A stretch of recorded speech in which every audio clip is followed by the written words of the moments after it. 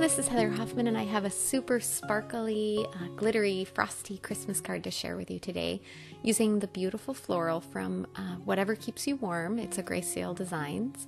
I've already colored my image, and I've used an assortment of Copics. I used 3 different shades of green, 3 different shades of red, 2 yellows for the center, and 2 shades of brown.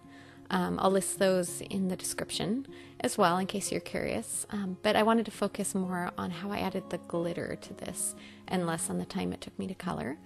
Now I'm using some chunky Avriel glitter. You can use any kind that you want, and I'm going to use glossy accents to stick it on. I'm keeping a damp cloth nearby to clean my fingers off, and you'll see why in a minute. And I'm going to put it on really thick and heavy. I want lots of it on there because I want my glitter coating to be nice and thick and stick really well. And the glossy accents under the glitter is also going to add to the shine effect that you get with this. So I put some good blobs on, and then I just use my finger to smear it all around, making sure to hit all the edges. Then carefully peel it up, and I tried to hold it mostly from the sides and the bottom. It would have been helpful to open my glitter before this, but I didn't think that far ahead. And then just kind of carefully hold it and sprinkle the glitter over really good to get a good coating.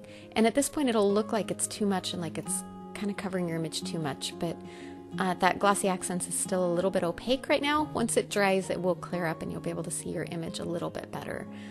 You don't have to color this super detailed though. You'll notice the glitter kind of covers it up. I probably spent too much time coloring really for what shows through, but it just kind of depends what you feel like doing. There you can see it's all dry. See how you can see through the glitter and see the coloring, but the glitter just adds a nice frosted effect. And I have a white top folding card base. I've already added some texture to it with just a cover die. And then I die cut a plain white oval, and that's where I'm going to add my sentiment. Because I'd added the texture to the card base, I needed something to kind of separate it to add the sentiment on there. So I'm holding it the oval in place where I want it, just because it was a little easier to hold something larger in my MISTI, and anymore I feel like I always use my MISTI to add my sentiments. So I held that in place with some post-it tape just to make it easily removable. Then I'm lining up my sentiment to get it squared off. That sentiment is a little individual sentiment called Sending Christmas Blessings, and I just thought it went perfect with these florals. Even though they're not specifically Christmas, that poinsettia looking flower just seemed like a good fit for a Christmas card. So I added a Christmassy sentiment. Now that I have that sentiment on there, I peeled off my post-it tape, and I'm just going to add foam adhesive to the back of that oval. And I buy really wide foam adhesive. I just buy it on Amazon, and I like the super wide because I can trim it down, but I also can use it, as you can see there, in a bigger piece, and I have to add less on there. So I'm adding that on with foam adhesive, and then I also added my flowers with foam adhesive. Now, when you do this, the glitter does kind of rub off as you rub it.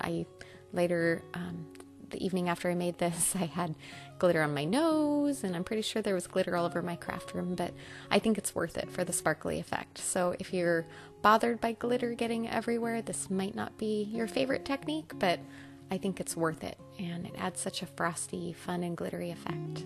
There you go, all finished. Thanks so much for coming by. Have a wonderful day.